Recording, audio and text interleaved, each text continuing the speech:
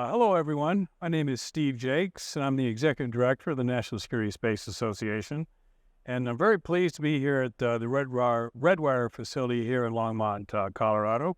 And we're delighted that Redwire is one of our NSSA members, devoted members.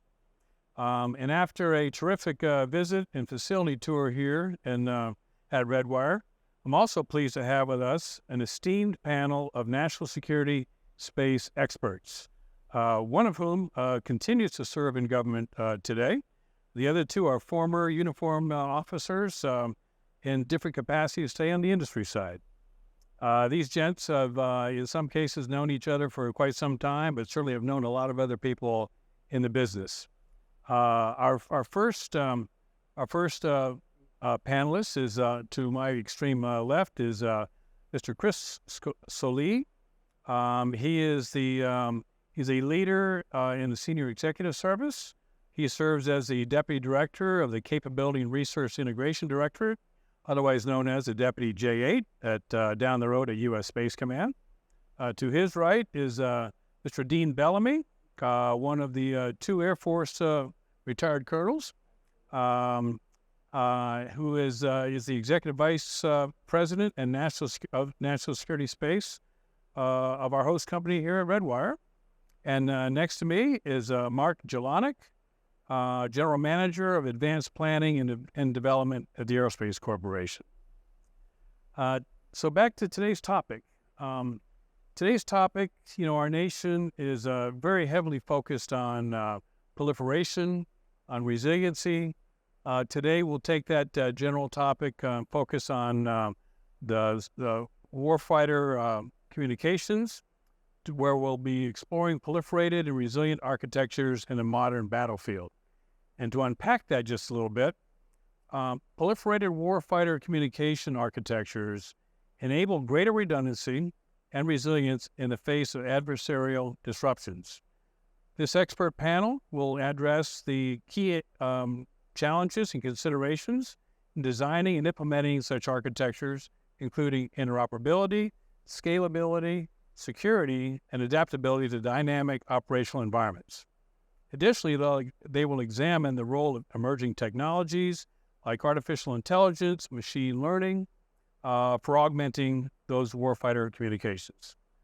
So, gents, I'd like to have, at this point, starting with you, Chris, have each of you spend just a couple minutes summarizing a little bit about your career, what you're doing today, and your general thoughts and messages on the topic, and looking forward to we'll have a little question and answers going on after that. Looking forward to a very nice dynamic and spirited dialogue. So, Mr. Solie, over to you, sir. Thanks, Steve. I appreciate being able to be here today and part of the panel. Chris Solie, I have a 20-year Department of Air Force civilian. Prior to that, I served as an active duty Navy officer, surface warfare officer, back in the old days of Desert Storm and conventional powered aircraft carriers. I've been at U.S. Space Command for about 2 years now, and really exciting time to be involved in space, even dating back to 2018 and being able to be part of the team selected to help solidify why we needed a Space Force and take that to the Hill to get that approved, but then being at the command and really helping to in some cases redefine, and in other times to define for the first time really the joint space warfighting requirements that we need to be able to enable the commander of U.S. Space Command to do his UCP assigned missions. Along those lines, specifically for kind of satellite communications, we actually have a joint space communications layer initial capabilities document that really kind of sets the requirements for what we believe the joint warfighter needs from a SATCOM perspective in the 10 to 15 years in the future. And that document is actually, I've got my team in the Pentagon this week, briefing that to the C4 Cyber Functional Capability Board, ultimately going up to the JROC for approval by the Vice Chairman. So exciting time, glad to be here, look forward to the panel. Thank you, Chris. And Dean, go ahead, sir. Yeah, I bring over 30 years experience, both when I started my career, hard to believe, in 93, my first assignment was at the Blue Cube doing space operations, and throughout my time in the Air Force, doing work, whether it be in Air Force Space Command, and retired actually out of NRO and working at NRO. So bringing both space operations and space acquisitions, and then in industry, having a chance really to grow Redwire, and really excited to be here and part of the Redwire team. We're doing a lot of amazing things on the national security side as well as commercial and civil, and excited to talk about it. Thank you very much. And Mark. Thank you, Steve. I appreciate the opportunity to be here. I spent a few more years in the business than has Dean. We first met 30 years ago, and I was a little older then. But I like to tell people that I've done just about everything you can do in DoD space. I've been an operator. I've done R&D, acquisition, strategy and policy, budget programming, command and control. And so I've got a career of a lot of opinions. People that know me will think I'm highly opinionated, and some might even be interested in a few of those opinions. So the work that I do now down in our aerospace office in Albuquerque is that I'm the general manager for a portfolio that supports the Space Systems Command Innovation and Prototyping Directorate, the Space Rapid Capabilities Office, and the Air Force Research Lab Space Vehicles Directorate. That whole portfolio is about going fast, taking ideas, putting them into prototypes, taking them into rapid production, risk-tolerant programs, rapid acquisition, and trying to move forward on what the Space Force needs to prevail in a possible conflict in space. So there you have it, folks. We have three professionals here, one representing the operational commander. We have one who's supporting on the FFRDC support side, on the implementation on the government end, and then the poor soul on the industry side trying to make it all happen, all of whom understand the mission very thoroughly, and we're excited to move on. So let's go to questions. Question number one is, how can the implementation of proliferated and resilient architectures contribute to enhancing warfighter communications on a modern battlefield? And what specific benefits do these architectures have compared to the traditional communication systems out there today? Chris, would you like to start? Yeah, so I'll actually go back to Mr. Doug Lavero back when he served on OSD policy, right? Mm-hmm. Did a white paper that talked about kind of the 6 characteristics of resiliency.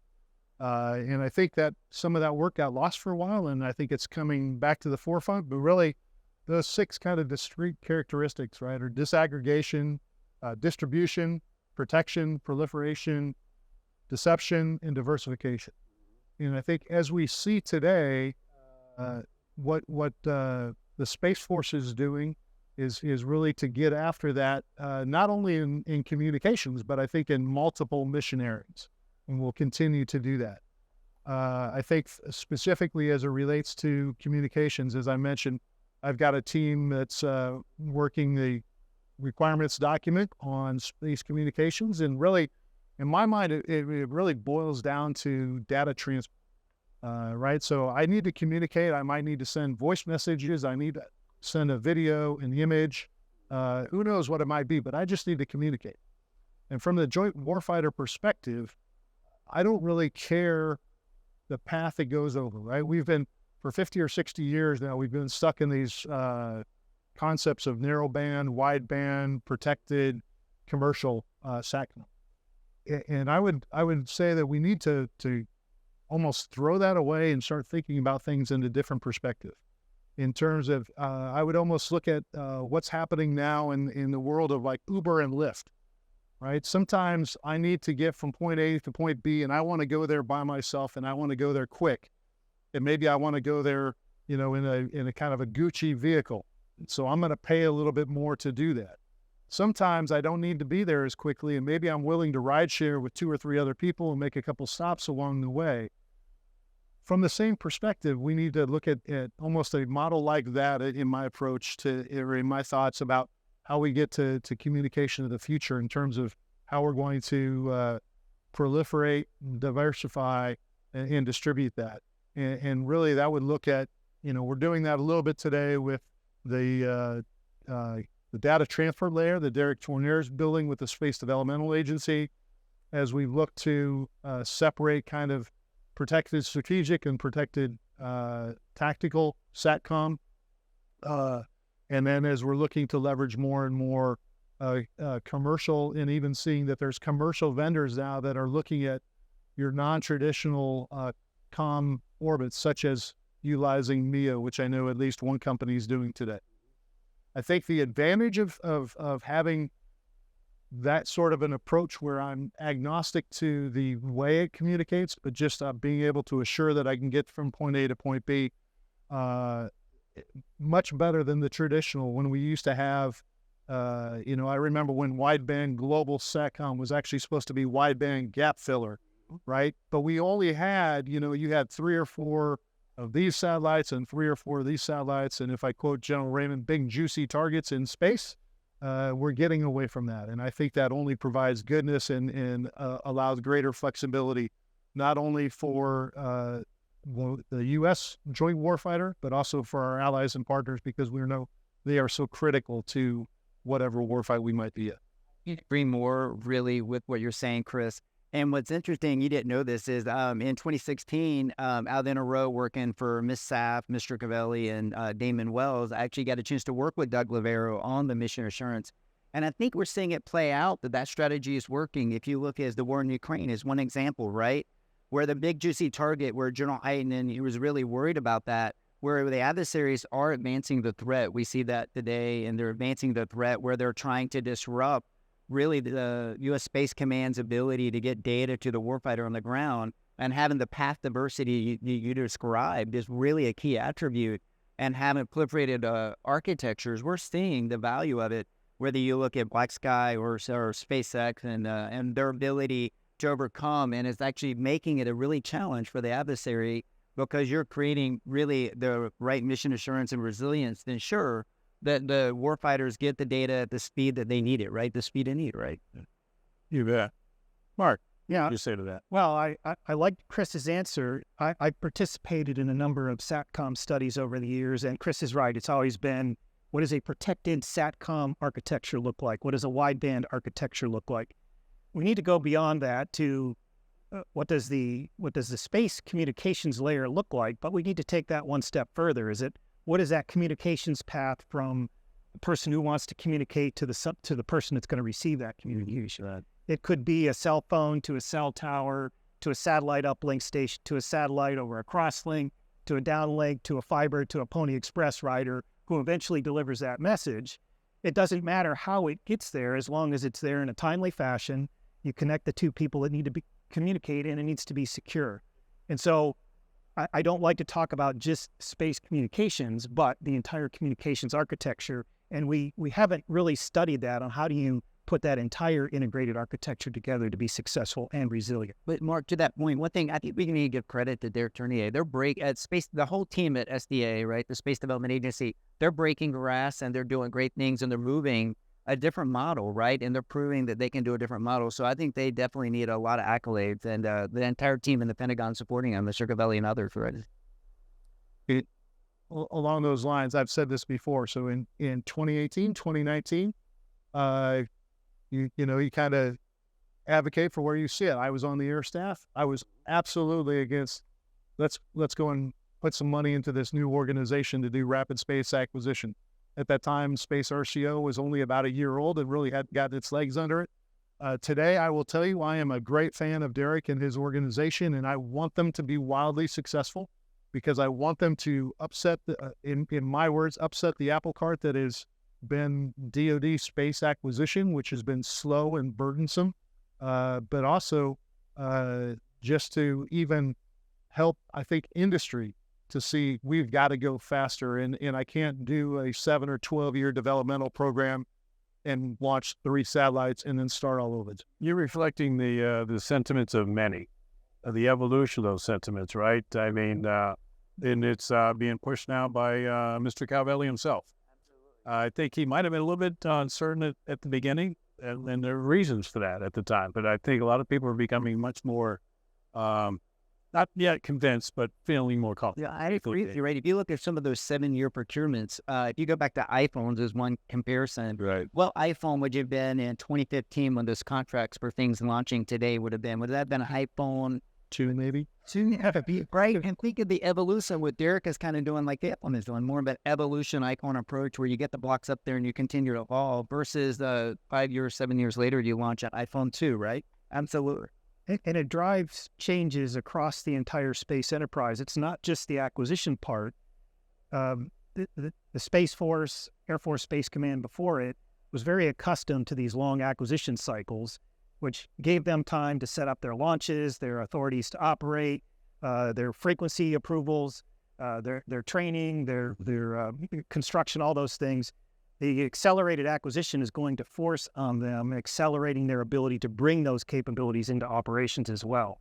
Right now, the Space Operations Command is just starting to realize if we're going to get these capabilities on 2 or 3 year centers, we need to accelerate the way we integrate that capability into the warfighting. And I know Starcom, you have to give them credit. They're standing up, they're getting their legs underneath them, but being able to train those operators the right chain, really what we would say is a warfighting environment, not what we grew up in, right, as operators in more of a benign environment. Today, you have to assume that, things could be, you're being threatened, it could be threatened.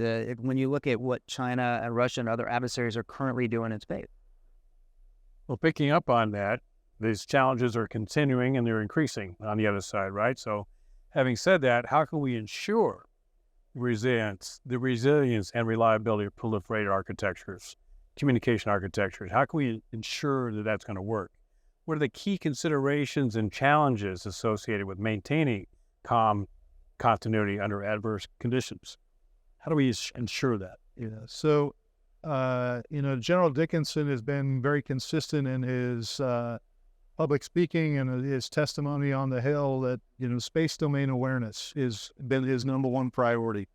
And I'll expand on that a little bit and really say it's battle space awareness, right? Because to be able to ensure anything in space, I need to have a good understanding of the domain.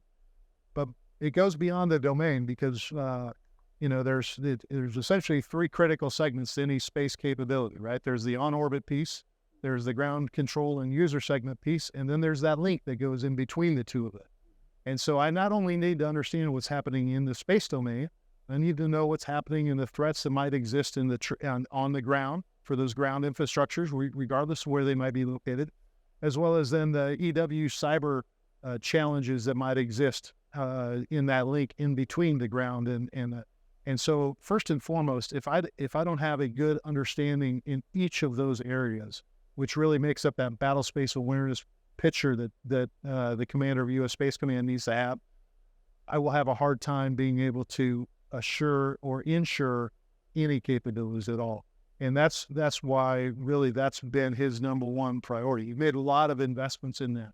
I think the other piece of that, the challenges kind of associated with that again is then understanding exactly how an enemy might try to deny, disrupt, degrade, or potentially, in a wartime scenario, destroy some sort of a capability. And the more that we can understand that, and so I'm probably jumping ahead a little bit, but if I think about what's happening in the Ukraine today, right, I think we're getting a good idea and good understanding of at least one adversary of how they might try and go after things. And the more we can understand that, then the more we can develop a plan on how we would respond and maybe even take actions ahead of time to prevent that from having those sorts of techniques and procedures from having an impact. Good point. I agree. And I think when you go back to kind of having a hybrid distributed architecture where you don't have all your eggs in one basket, right? Going back to the shuttle in 1986, we learned don't have all your eggs in one basket. So that same approach with having the ability to where you have distributed capabilities in different orbits is really going to help and allow you to ensure from an architecture resilience. I actually think we also look to balance with the mix to do some platform resilience as well, right? And I think there's a lot of examples on that where you ensure that as the individual satellites are being threatened, they're able to operate through the threat. And I actually agree with you on space domain awareness. That's one of the things at Redwire we're really pushing is having camera systems to do local proximity awareness because we think that's important, an important, really complementary attribute to everything else going on. Exactly. This goes back to Chris's earlier comments about viewing things from stovepipes and viewing things from an enterprise is that a lot of the work on protection has been sort of in that stovepipe category, but you build your architecture to be more resilient. You talk to SDA, they will say proliferation is the way they're going to be resilient. And so the need to protect those nodes is less just because they're cheaper to replace.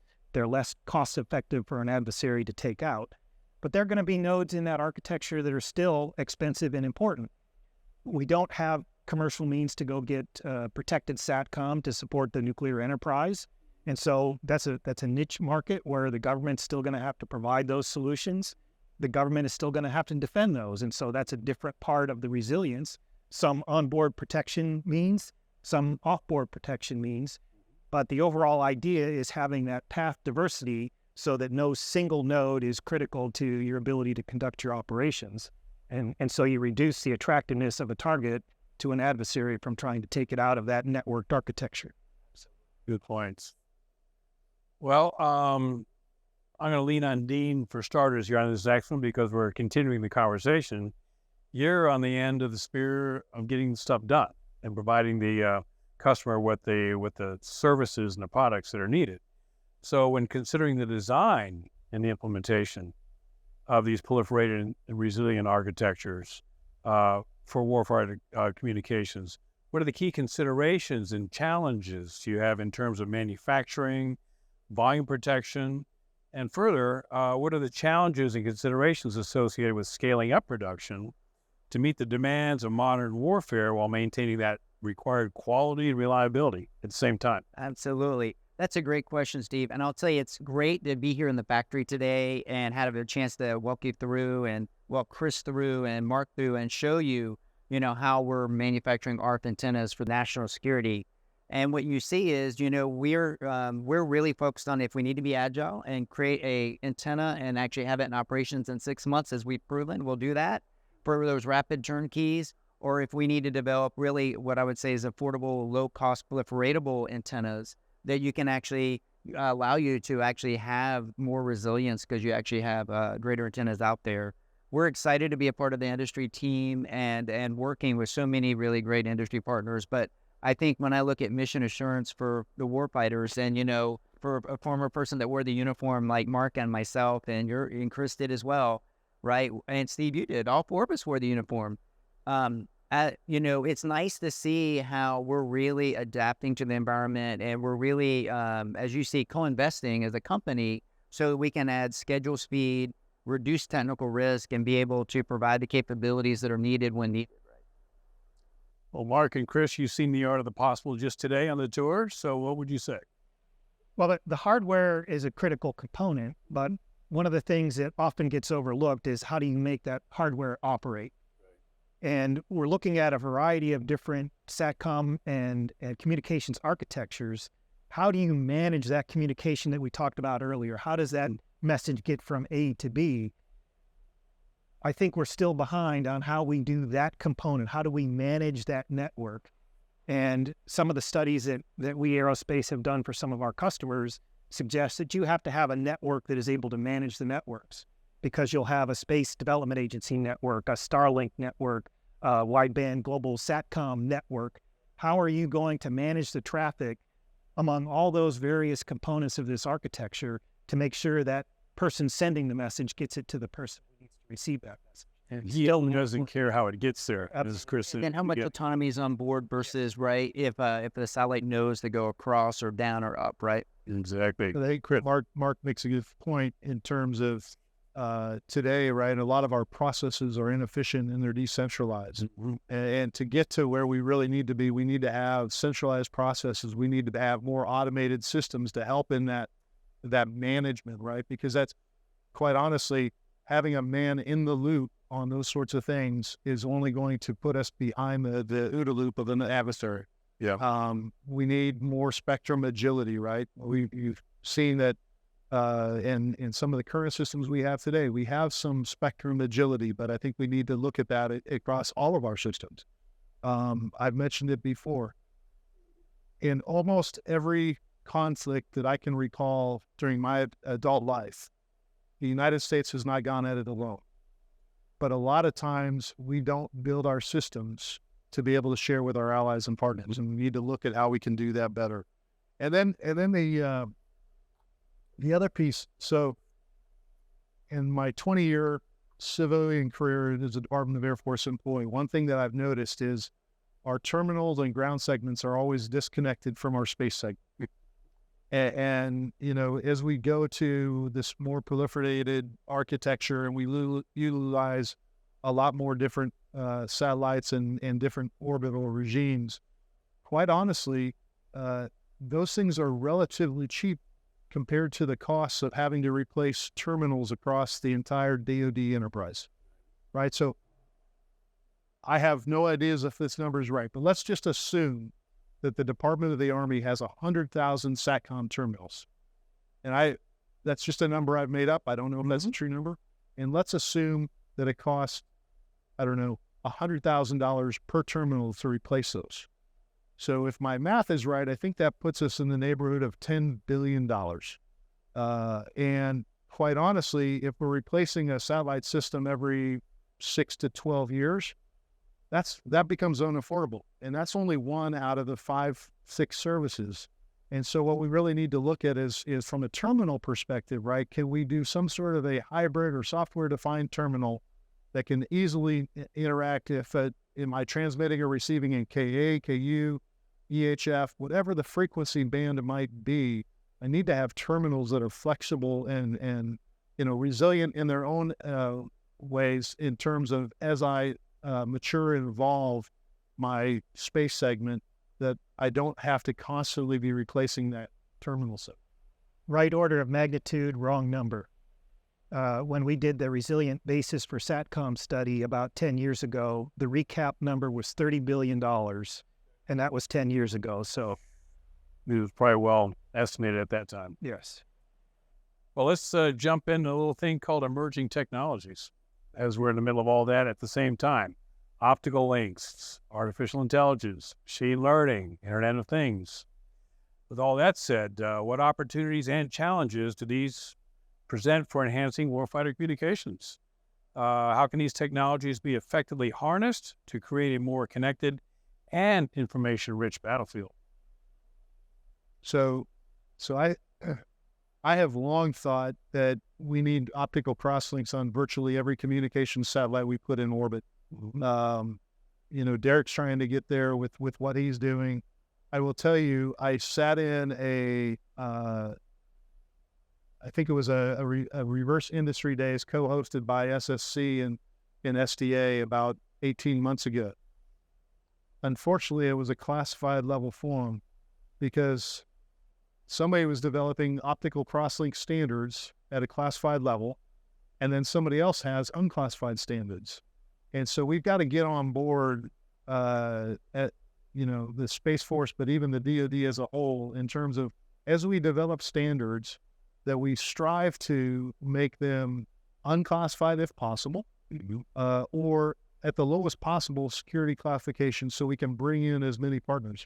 Because we're potentially losing opportunities, right, of a company, you know, and maybe even Redwire is a company like this that doesn't have access to TSSCI. So maybe they would be a great partner potentially, but they've been cut out just because they don't have the right access.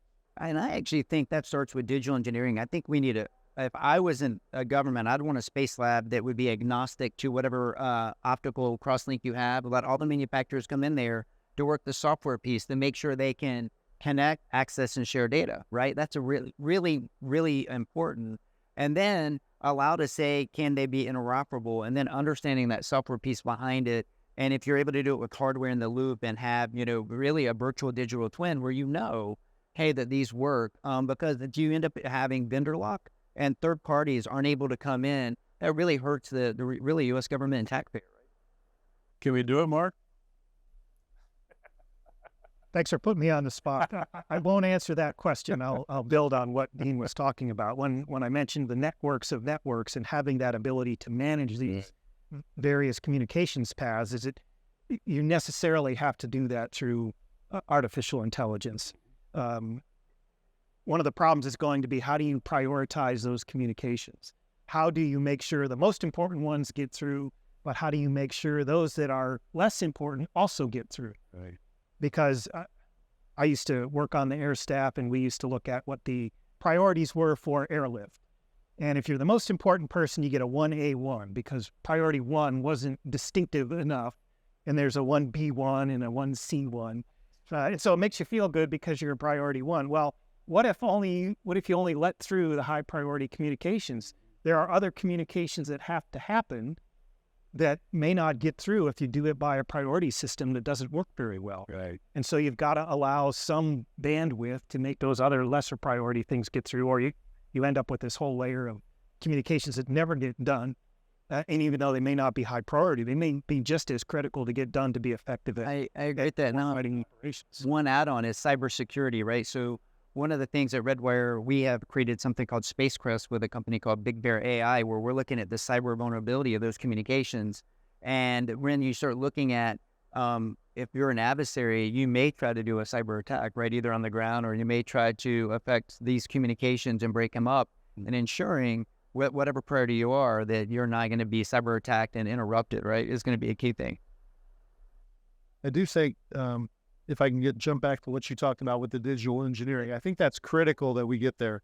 We are in the process of trying to develop calling it a capability assessment verification environment, but basically it's kind of an M&S type of capability that will allow us to hopefully get digital twins of all of the systems, right, and get that overarching architecture so that from a Space Command perspective, I can run models and examples of all of the mission sets that I need to do and be able to figure out where do I have gaps, maybe where do I have redundancies, because then that can even help me figure out, okay, we need to make more investments here and get after, so that the ICD I mentioned right now, that's like just a textual document.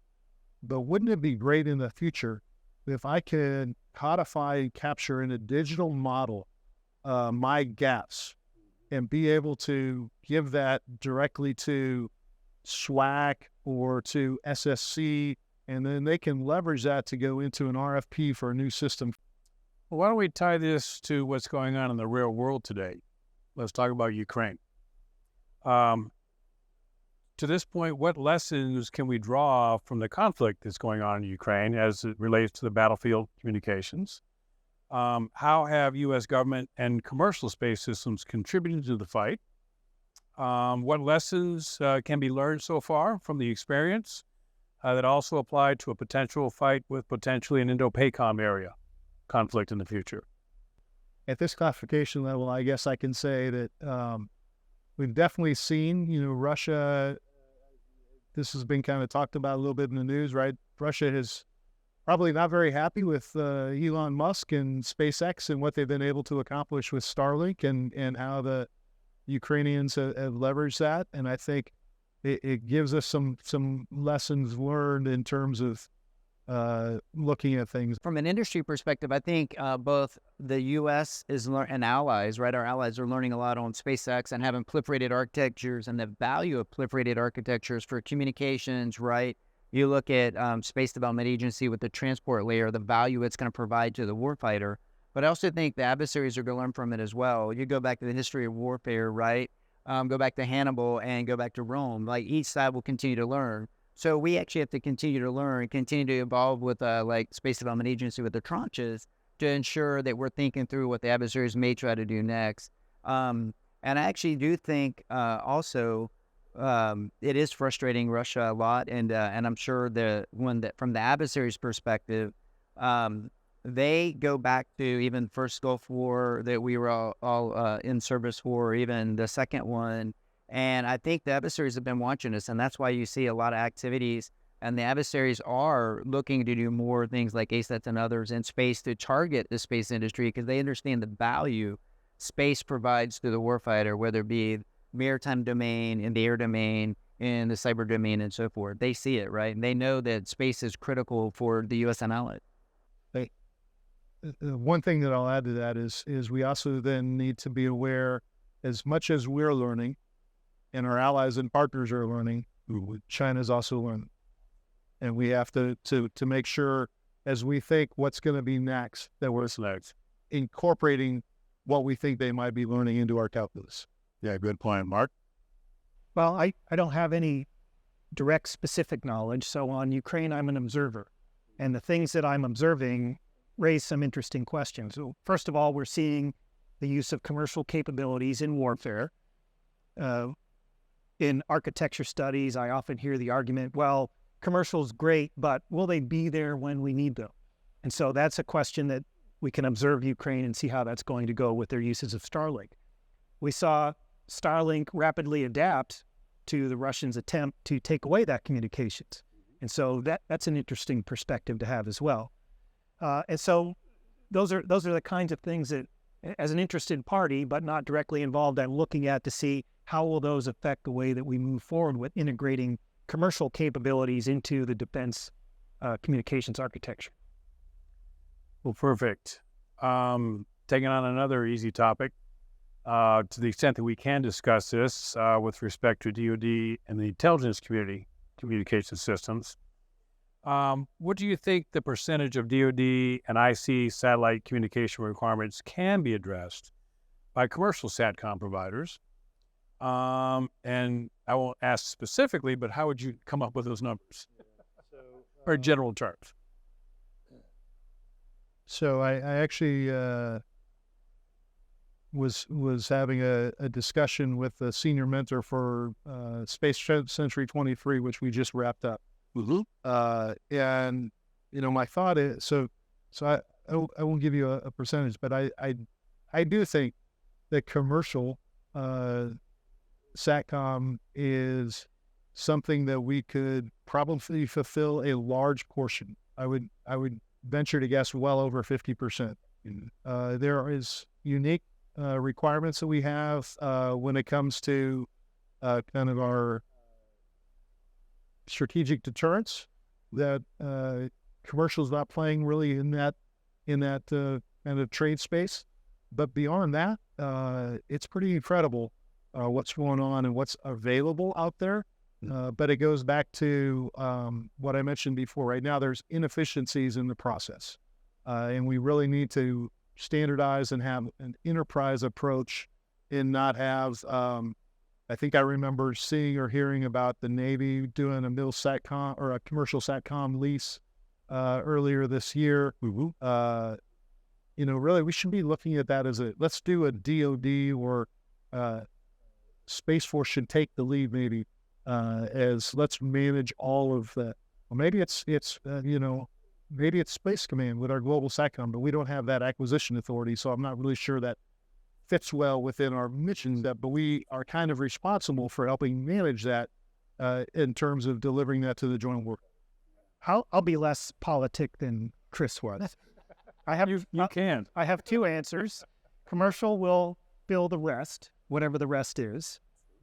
And commercial can't fill the demand because there is not enough SATCOM available to fill the demand.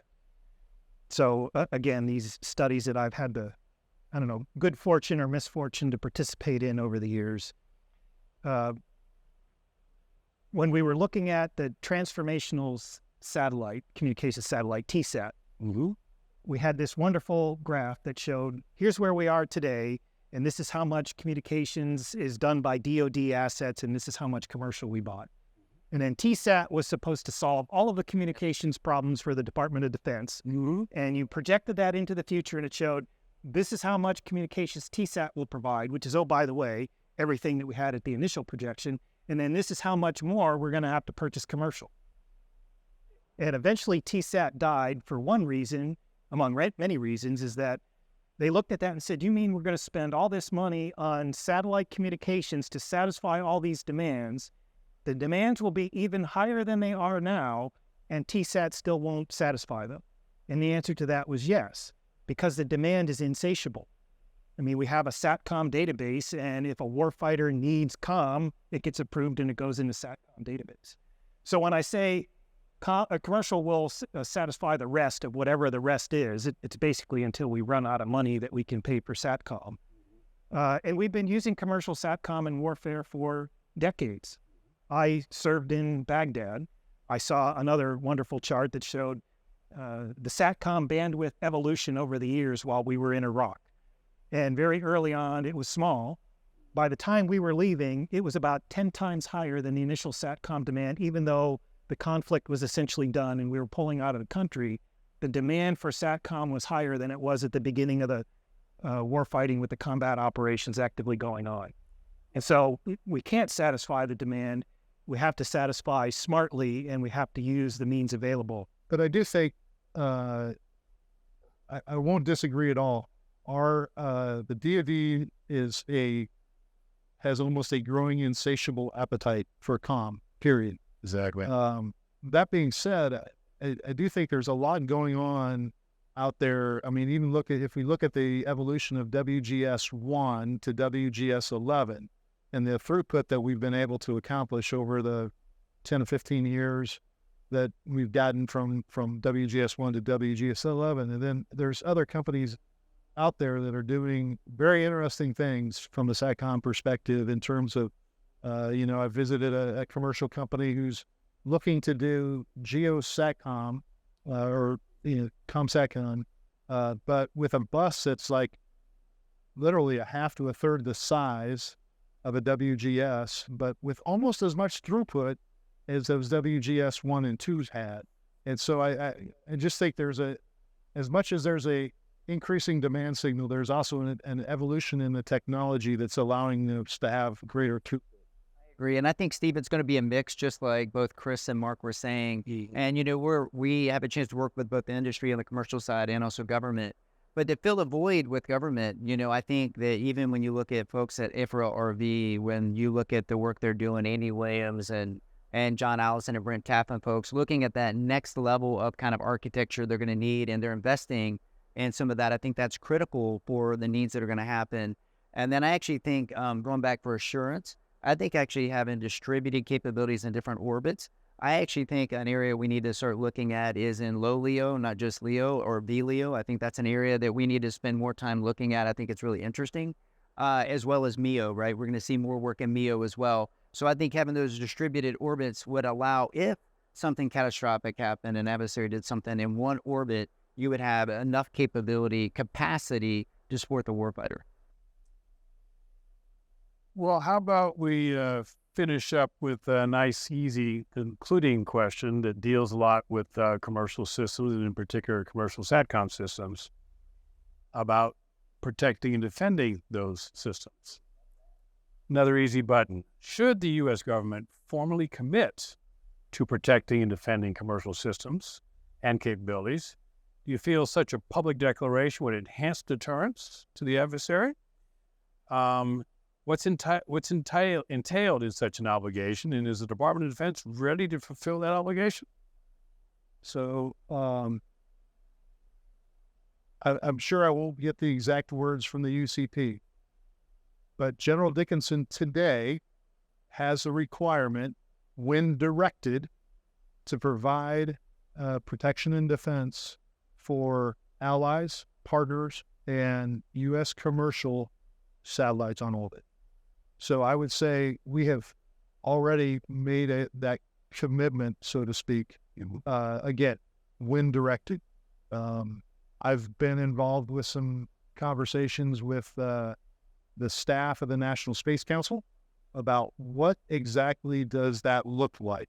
And we're continuing to have conversations about it. I think so. We have at U.S. Space Command, we have a commercial cell out with our CJTFSO called the Commercial Integration Cell. And that is a cell where we have commercial industry partners that sit on the ops floor at the TSSCI level, and we are able to share with them indications and warnings, as well as for them to be able to report to us when they see things happen or notice things happening on their satellites. Beyond that, I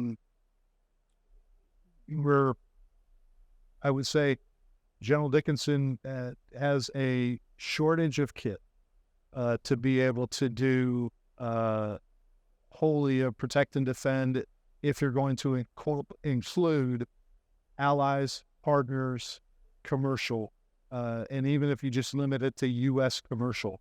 We're insufficient kit to probably be able to do that in terms of an active, I'll call it active defense. I would argue that providing indications and warnings is a form of passive defense. You at least give them an opportunity to know this might be out there. You might see this. This is something, you might want to consider doing a maneuver or something of that lines. Well, Dean, you've got great experience on the policy side of this as well. Absolutely. Policy does start at the top. So I would you. Yeah, I would agree with everything you said. And I think deterrence in space, we should do a whole segment on that. I would love to do that because General Hyten, by the way, had so many ideas, as you know, on what can you do deterrence in space, or is deterrence an integrated strategy with all the domains?